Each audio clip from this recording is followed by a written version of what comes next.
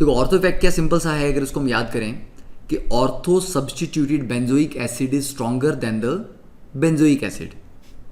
कि normal benzoic में अगर आप ऑर्थो पोजीशन पे कोई भी ग्रुप लगा देते हो, वो डोनेटिंग ग्रुप भी हो सकता है, वो विड्रॉइंग ग्रुप भी हो सकता है।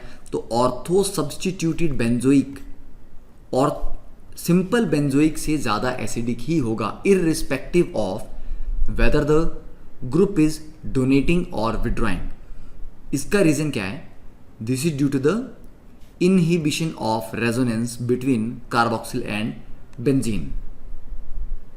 ठीक है, तो ऑर्थो इफेक्ट में एक्सप्लेनेशन वी कैन राइट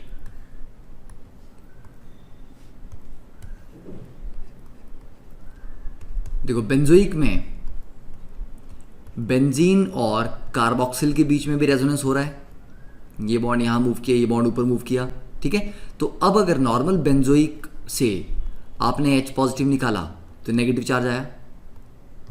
ठीक है, अब ये जो नेगेटिव आएगा ये तब रेजोनेंस स्टेबलाइज होगा जब ये जो कीटो ग्रुप है ये दोनों तरफ रेजोनेंस में बेंजीन के साथ भी कर रहा है और इस नेगेटिव चार्ज के साथ भी कर रहा है। तो दोनों के साथ करेगा तो इस नेगेटिव को 50% स्टेबलाइजेशन मिल रही है, क्योंकि बाकी टाइम ये बेंजीन ग्रुप के साथ रेजोनेंस में है। बट किसी तरह से अगर हम बेंजीन ग्रुप के साथ रेजोनेंस को अवॉइड कर सकें या हटा दें तो 100% ऑफ द टाइम यही नेगेटिव चार्ज डीलोकलाइज होगा, और ये जितना डीलोकलाइज होगा उतना कॉन्जुगेट बेस स्टेबल होगा तो एसिडिटी बढ़ेगी।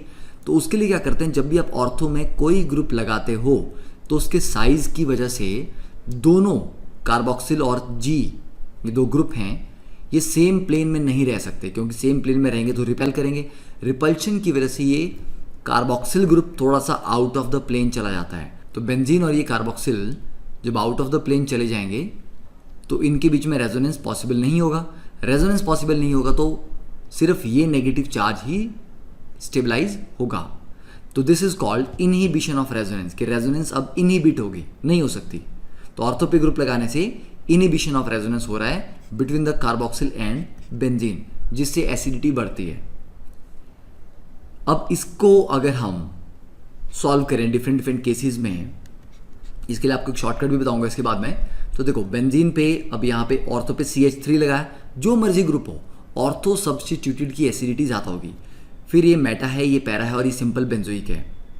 तो इनमें अगर हमें एसिडिटी ट्रेंड देखना है तो एसिडिटी किसकी ज़्यादा होगी, कैसे कंपेयर कर सकते हैं हम? देखिए ऑर्थो वाला सबसे ज़्यादा होगा तो उसको छोड़ देते हैं। अब बाकियों में आप +M -I +I जो भी ग्रुप इफेक्ट लग रहा है वो हम लगाएंगे। तो मेटा पोजीशन पे जब ये CH3 है तो ये कौन सा इफेक्ट यहाँ पे देगा? सिर्फ इंडक्टिव, तो +I इसका काम कर रहा है।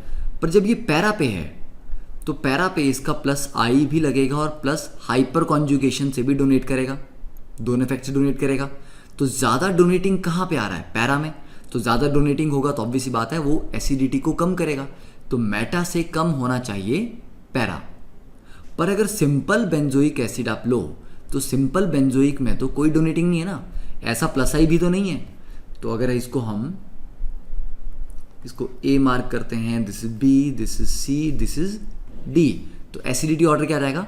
सबसे ज़्यादा A, उसके बाद D, क्योंकि इसमें कोई डोनेटिंग विड्रॉइंग नहीं है, देन B, क्योंकि डोनेटिंग इफेक्ट सिर्फ I इफेक्ट से लग रहा है, और लास्ट में C, क्योंकि वहाँ पर हाइपर कॉन्जुगेशन से भी डोनेशन मिल रही है। Next is chloro. क्लोरो में भी ऑर्थो पे लगा है तो ऑब्वियसली ऑर्थो वाला सबसे ज़्यादा एसिडिक हम लेंगे। तो इसको मार्क कर देते हैं A, दिस इज B,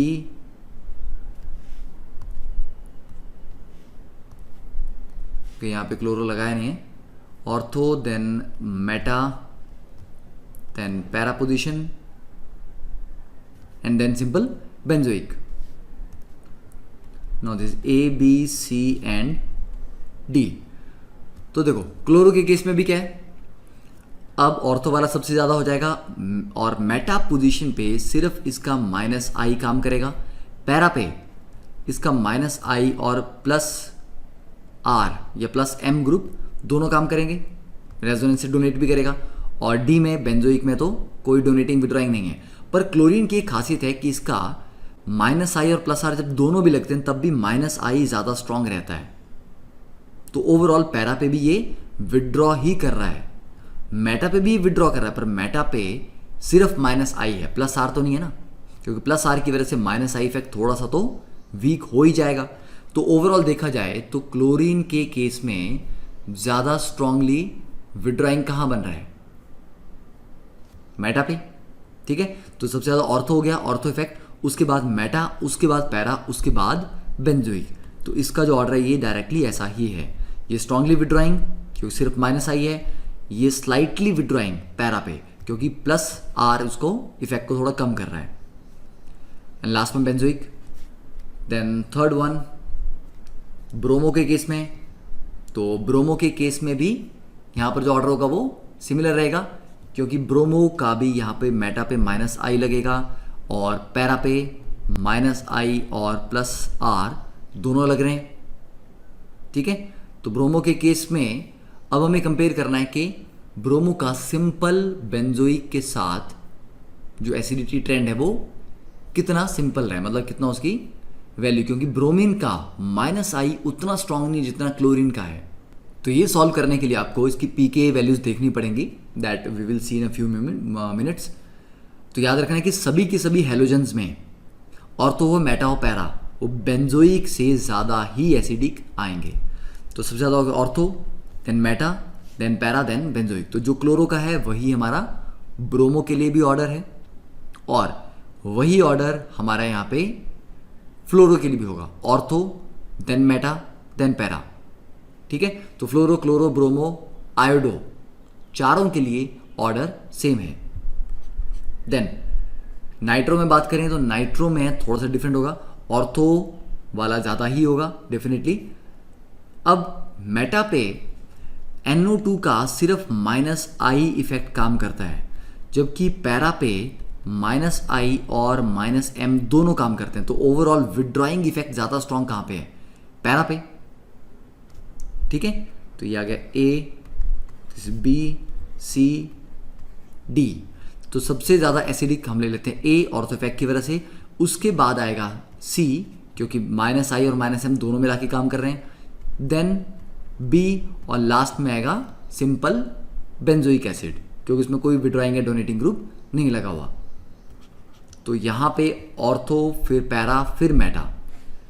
उसके बाद जब OH ग्रुप लगा हुआ है तो OH ग्रुप पे क्या होगा, अब OH ग्रुप पे जो ऑर्थो पोजीशन है सेम, यहाँ पर एक और स्टेबिलिटी मिलेगी कि जब कार्बोक्सिल का H पॉजिटिव निकल जाएगा तो COO नेगेटिव और नेगेटिव चार्ज इस फिनोल के H के साथ इंट्रामोलिकुलर H बॉन्डिंग करेगा, तो जिससे और ज़्यादा स्टेबिलिटी मिलेगी। मतलब ये H पॉजिटिव निकालने के बाद जो कार्बोक्सिलेट बन रहा है वो कार्बोक्सिलेट इस OH के साथ इंट्रामोलिकुलर H बॉन्डिंग कर रहा है, तो एक एक्स्ट्रा स्टेबिलिटी मिल गई, ऑर्थो इफेक्ट भी हो गया, हाइड्रोजन बॉन्डिंग भी होगी, तो ऑर्थो वाला सबसे ज़्यादा एसिडिक होगा। तो A, B, C, D। अब मेटा पोजीशन पे OH का सिर्फ माइनस आई काम करेगा, पैरा पे माइनस आई और प्लस एम काम करेगा। ठीक है, इसलिए सबसे ज़्यादा एसिडिक हो गया ऑर्थो इफेक्ट। उसके बाद मेटा और पैरा में ज़्यादा एसिडिक हो जाएगा मेटा वाला क्योंकि सिर्फ माइनस आई है, पैरा पे ओवरऑल प्लस एम ज़्यादा स्ट्रांग होता है इसका, तो प्लस एम इसका ज़्यादा स्ट्रांग है। अब सी और डी को कंपेयर करना है तो डी में कोई डोनेटिंग ग्रुप यहाँ पे नहीं लगा हुआ, पर यहाँ पे OH का डोनेटिंग इफेक्ट काफ़ी स्ट्रांग होता है, तो इस केस में डी ज़्यादा एसिडिक होगा इससे, पैरा वाले आइसोमर से। तो इसके केस में सबसे ज़्यादा acidic A, then B, then D, then C. और सिमिलर ऑर्डर हम OCH3 के लिए भी कर सकते हैं, बस OCH3 में एक चीज़ है कि CO नेगेटिव और O के साथ यहाँ पर कोई इंट्रामोलिकुलर हाइड्रोजन बॉन्डिंग वाला केस नहीं आएगा। ठीक है, बट ऑर्डर जैसा OH था सेम यहाँ पर भी, क्योंकि मेटा पे इसका माइनस आई लगेगा और पैरा पे माइनस आई और प्लस एम, और प्लस एम इसका ज़्यादा स्ट्रांग होगा। ठीक है, तो ABCD में इसके लिए भी same, A, then B, then D, then C. उसके बाद आती है कि अगर हमारे पास कुछ बल्कि ग्रुप यहाँ पे लगे हैं तो बल्कि ग्रुप के लगाने से क्या इफेक्ट पड़ता है। तो इसकी मैं आपको पी के वैल्यूज़ के साथ आंसर देता हूँ। जब एक CH3 लगा दिया तो ऑब्वियस सी बात है ऑर्थो में स्टेरिक हिंड्रेंस की वजह से एसिडिटी बढ़ेगी, पर CH3 की जगह अगर हम ज़्यादा बड़ा बल्कि ग्रुप लगा दें टर्ट ब्यूटाइल तो क्या होगा, ऑब्वियस सी बात है तो स्टेरिक इफेक्ट बढ़ेगा तो एसिडिटी बढ़ेगी, पर उसमें बहुत ज़्यादा डिफरेंस आए ऐसा नहीं होता। इसकी पी के वैल्यू है 3.91 और इसकी 3.46। तो अगर आप एक्सपेक्ट करोगे कि एक मिथाइल की जगह भी आप तो 3 मिथाइल हैं तो ज़्यादा इफेक्ट होगा, तो ऐसा नहीं होता। ऑर्थो पे ग्रुप लगा होना चाहिए। अब इस कार्बन पे 3 H लगे हैं और इस कार्बन पे 3 CH3 लगे हैं, पर 3 CH3 टेट्राहीड्रल अरेंजमेंट में है, वो तीनों इस COH ग्रुप को डायरेक्टली फेस नहीं कर रहे। तो नो डाउट स्टेरिक हिंड्रेंस बढ़ेगी, क्राउड बढ़ेगा, पर ये तीनों मिथाइल ग्रुप इस COH के बिल्कुल सामने नहीं है, एक ही ग्रुप सामने उसको होगा एग्जैक्टली।